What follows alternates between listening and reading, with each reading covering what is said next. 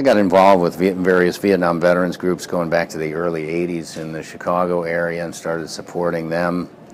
And then played the Vietnam veteran in Forrest Gump, and that led me to working with our wounded, going back about 20 years now.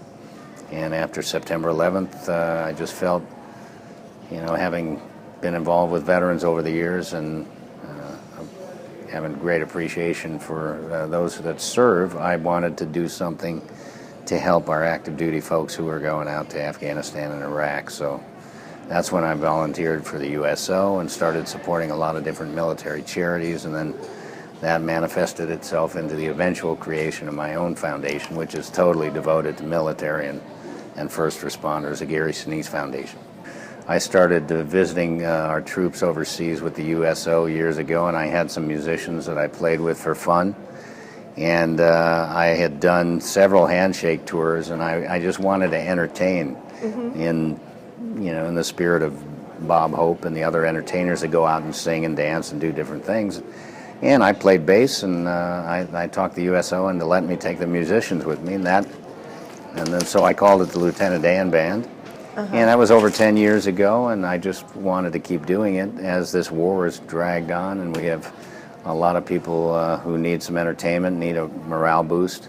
I just kept doing it. I have military in my family. On my wife's side of the family, Vietnam veterans. Her two brothers served in Vietnam. Her sister served in the Army, married a Vietnam veteran who was in the Army for 22 years. And then on my side of the family, World War I, World War II, Korea era.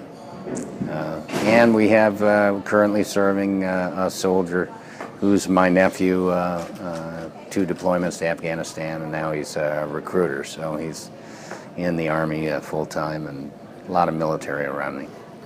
One of the things I do every year is I was approached in 2006, at the end of 2006, by some veterans who had started an organization called Snowball Express. They wanted to do something for the children of our fallen. So they created an event at Disneyland where they could bring in a bunch of children and give them a good time right before Christmas. That turned into an annual thing, and now American Airlines devotes a lot of airplanes to bring the children to Dallas every year. And I've been involved going back since 2007. So I do this every year.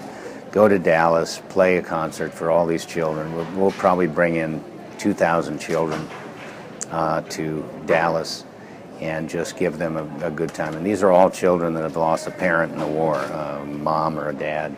That's always very moving and very heartwarming to see all these kids who are going through some very difficult things. To see them having a good time is a great, great reward. That's just one of the things that stands out, because I love helping these kids. This is the first time at Vandenberg.